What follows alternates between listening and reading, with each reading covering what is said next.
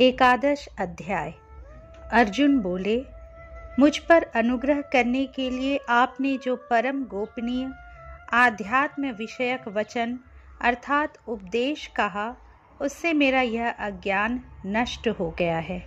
क्योंकि हे कमल नेत्र, मैंने आपसे भूतों की उत्पत्ति और प्रलय विस्तार पूर्वक सुने हैं तथा आपकी अविनाशी महिमा भी सुनी है। हे परमेश्वर, आप अपने को जैसा कहते हैं यह ठीक ऐसा ही है, परंतु हे पुरुषोत्तम, आपके ज्ञान, ऐश्वर्य, शक्ति, बल, वीर्य और तेज से युक्त ऐश्वर्य रूप को मैं प्रत्यक्ष देखना चाहता हूँ। हे प्रभो, यदि मेरे द्वारा आपका वह रूप देखा जाना शक्य है, ऐसा आप मानते हैं, तो हे योगेश्वर, उस अविनाशी स्वरूप का मुझे दर्शन कराइए। श्री भगवान बोले, हे पार्थ, अब तू मेरे सैकड़ों हजारों नाना प्रकार के और नाना वर्ण तथा नाना आकृति वाले अलौकिक रूपों को देख। हे भरतवंशी अर्जुन, तू मुझ में आदित्यों को अर्थात अदिति के 12 पुत्रों को, 8 वसुओं को, 11 रुद्रों को, दोनों अश्विनी कुमारों को और 49 मरुदगणों को देख, तथा और भी बहुत से पहले न देखे हुए आश्चर्यमय रूपों को देख। हे अर्जुन, अब इस मेरे शरीर में एक जगह स्थित चराचर सहित संपूर्ण जगत को देख, तथा और भी जो कुछ देखना चाहता हो सो देख, परंतु मुझको तो इन अपने प्राकृत नेत्रों द्वारा देखने में निसंदेह समर्थ नहीं है। इसी से मैं तुझे दिव्य अर्थात अलौकिक चक्षु देता हूँ। इससे तू मेरी ईश्वरीय योग शक्ति को देख। संजय बोले, हे राजन, महायोगेश्वर और सब पापों के नाश करने वाले भगवान ने इस प्रकार कहकर उसके पश्चात अर्जुन को परम ऐश्वर्य युक्त दिव्य स्वरूप दिखलाया। अनेक मुख और नेत्रों से युक्त, अनेक अद्भुत दर्शनों वाले, बहुत से दिव्य भूषणों से युक्त और बहुत से दिव्य शस्त्रों को हाथों में उठाए हुए, दिव्य माला और वस्त्रों को धारण किए हुए और दिव्य गंध का सारे शरीर में लेप किए हुए, सब प्रकार के आश्चर्यों से युक्त, सीमा रहित और सब ओर मुख किए हुए विराट स्वरूप परम देव परमेश्वर को अर्जुन ने देखा। आकाश में 1000 सूर्यों के एक साथ उदय होने से उत्पन्न जो प्रकाश हो, वह भी उस विश्व रूप परमात्मा के प्रकाश के सदृश कदाचित ही हो। पांडुपुत्र अर्जुन ने उस समय अनेक प्रकार से विभक्त अर्थात पृथक पृथक संपूर्ण जगत को देवों के देव श्री कृष्ण भगवान के उस शरीर में एक जगह स्थित देखा।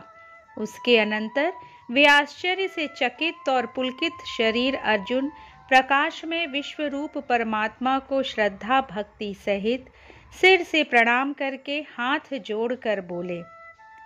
अर्जुन बोले, हे देव, मैं आपके शरीर में संपूर्ण देवों को तथा अनेक भूतों के समुदायों को, कमल के आसन पर विराजित ब्रह्मा को, महादेव को और संपूर्ण ऋषियों को तथा दिव्य सर्पों को देखता हूँ।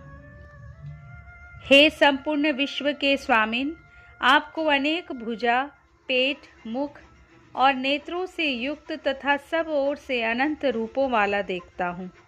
हे विश्वरूप, मैं आपके न अंत को देखता हूँ, न मध्य को और न आदि को ही। आपको मैं मुकुट युक्त, गदा युक्त और चक्र युक्त तथा सब ओर से प्रकाशमान तेज के पुंज, प्रज्वलित अग्नि और सूर्य के सदृश ज्योति युक्त, कठिनता से देखे जाने योग्य और सब ओर से अप्रमेय स्वरूप देखता हूँ। आप ही जानने योग्य परम अक्षर अर्थात परब्रह्म परमात्मा हैं। आप ही इस जगत के परम आश्रय हैं। आप ही अनादि धर्म के रक्षक हैं और आप ही अविनाशी सनातन पुरुष हैं, ऐसा मेरा मत है। आपको आदि अंत और मध्य से रहित, अनंत सामर्थ्य से युक्त, अनंत भुजा वाले, चंद्र सूर्य रूप नेत्रों वाले, प्रज्वलित अग्नि रूप मुख वाले और अपने तेज से इस जगत को संतप्त करते हुए देखता हूँ। हे महात्मन, यह स्वर्ग और पृथ्वी के बीच का संपूर्ण आकाश तथा सब दिशाएं एक आप से ही परिपूर्ण हैं तथा आपके इस अलौकिक और भयंकर रूप को देखकर तीनों लोग अति व्यथा को प्राप्त हो रहे हैं। वे ही देवताओं के समूह आप में प्रवेश करते हैं और कुछ भयभीत होकर हाथ जोड़े आपके नाम और गुणों का उच्चारण करते हैं तथा महर्षि और सिद्धों के समुदाय कल्याण हो ऐसा कहकर उत्तम उत्तम स्तोत्रों द्वारा आपकी स्तुति करते हैं। जो 11 रुद्र और 12 आदित्य तथा 8 वसु, साध्यगण, विश्वेदेव, अश्विनी कुमार तथा मरुदगण और पितरों का समुदाय तथा गंधर्व, यक्ष, राक्षस और सिद्धों के समुदाय हैं, वे सभी विस्मित होकर आपको देखते हैं। हे महाबाहो, आपके बहुत मुख और नेत्रों वाले, बहुत हाथ, जंघा और पैरों वाले, बहुत उदरों वाले और बहुत सी दाढ़ों के कारण अत्यंत विकराल महान रूप को देखकर सब लोग व्याकुल हो रहे हैं तथा मैं भी व्याकुल हो रहा हूँ, क्योंकि हे विष्णु, आकाश को स्पर्श करने वाले देदीप्यमान अनेक वर्णों से युक्त तथा फैलाए हुए मुख और प्रकाशमान विशाल नेत्रों से युक्त आपको देखकर भयभीत अंतःकरण वाला मैं धीरज और शांति नहीं पाता हूँ। दाढ़ों के कारण विकराल और प्रलय काल की अग्नि के समान प्रज्वलित आपके मुखों को देखकर मैं दिशाओं को नहीं जानता हूँ और सुख भी नहीं पाता हूँ। इसलिए हे देवेश, हे जगन निवास, आप प्रसन्न हो। वे सभी धृतराष्ट्र के पुत्र राजाओं के समुदाय सहित आप में प्रवेश कर रहे हैं और भीष्म पितामह, द्रोणाचार्य तथा वह कर्ण और हमारे पक्ष के भी प्रधान योद्धाओं के सहित सब के सब आपके दाढ़ों के कारण विकराल भयानक मुखों में बड़े वेग से दौड़ते हुए प्रवेश कर रहे हैं और कई एक चूर्ण हुए सिरों सहित आपके दांतों के बीच में लगे हुए दिख रहे हैं।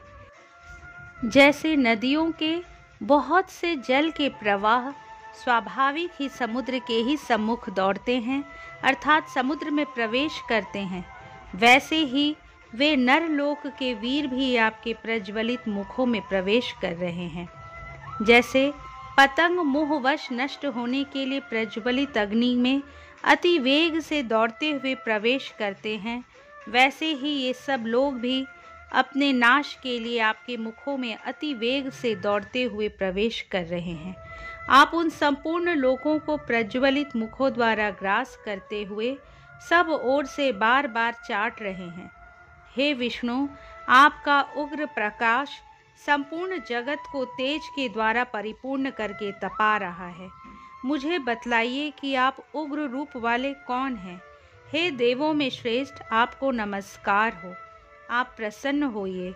आदि पुरुष, आपको मैं विशेष रूप से जानना चाहता हूँ, क्योंकि मैं आपकी प्रवृत्ति को नहीं जानता। श्री भगवान बोले, मैं लोकों का नाश करने वाला बड़ा हुआ महाकाल हूँ। इस समय इन लोकों को नष्ट करने के लिए प्रवृत्त हुआ हूँ। इसलिए जो प्रतिपक्षियों की सेना में स्थित योद्धा लोग हैं, वे सब तेरे बिना भी नहीं रहेंगे, अर्थात तेरे युद्ध न करने पर भी इन सब का नाश हो जाएगा। अतएव तू उठ, यश प्राप्त कर और शत्रुओं को जीतकर धन धान्य से संपन्न राज्य को भोग। ये सब शूरवीर पहले से ही मेरे द्वारा मारे हुए हैं। हे सव्यसाचिन, तू तो केवल निमित्त मात्र बन जा।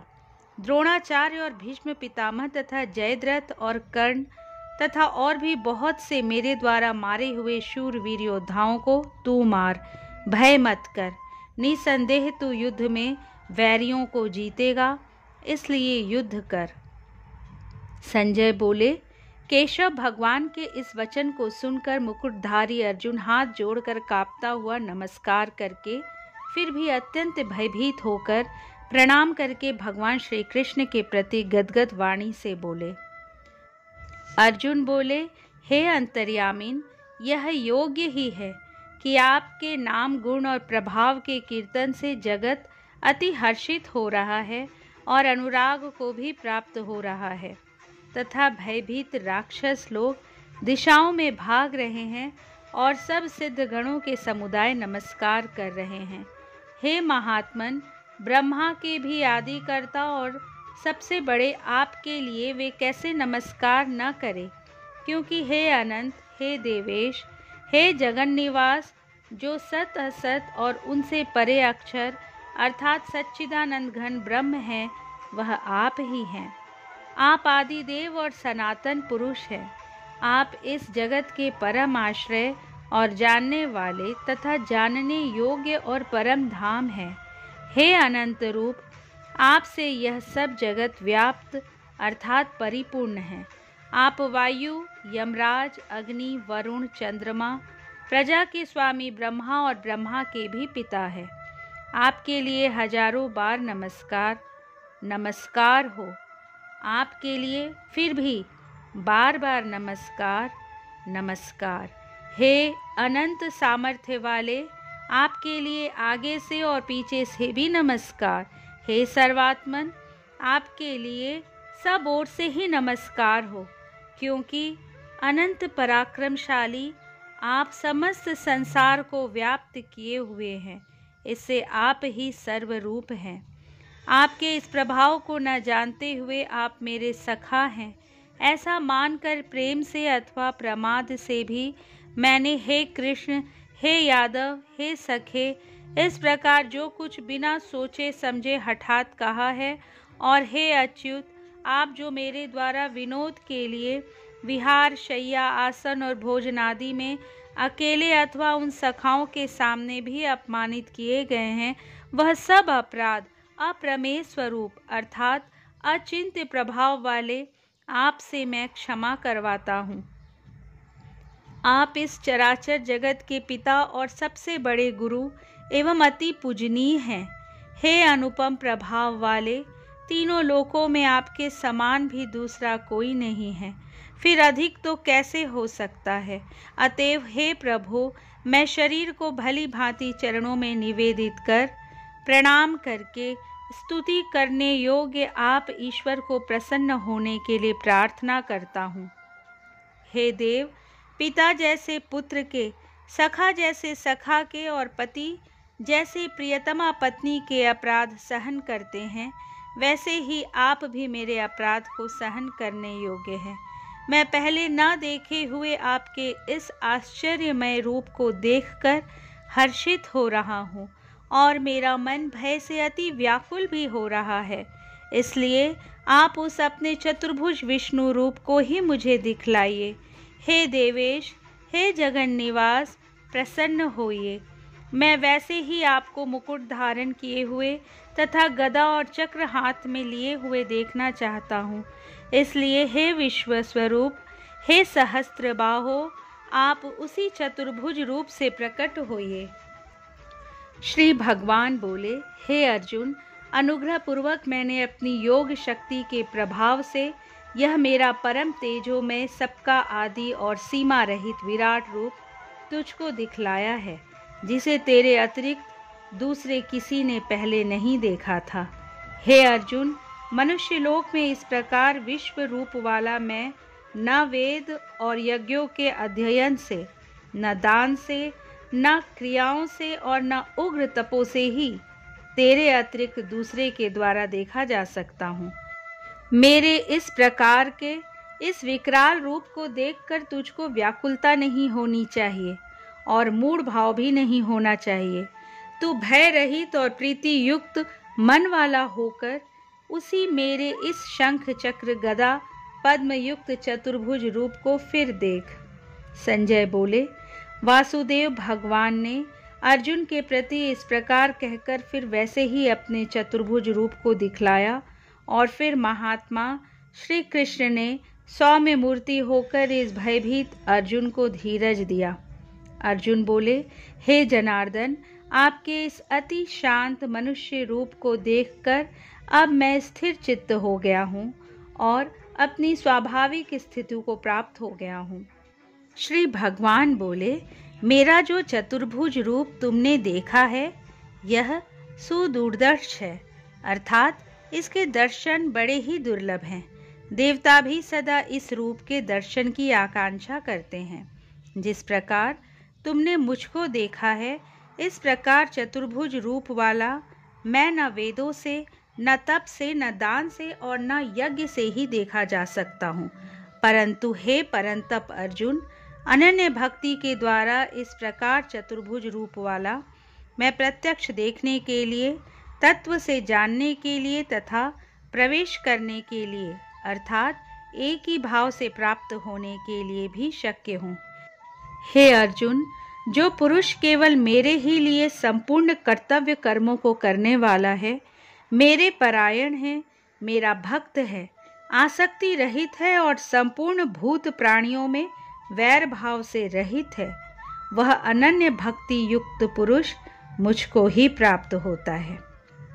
इस प्रकार श्री कृष्ण अर्जुन संवाद में विश्व रूप दर्शन योग नामक 11 अध्याय संपूर्ण हुआ।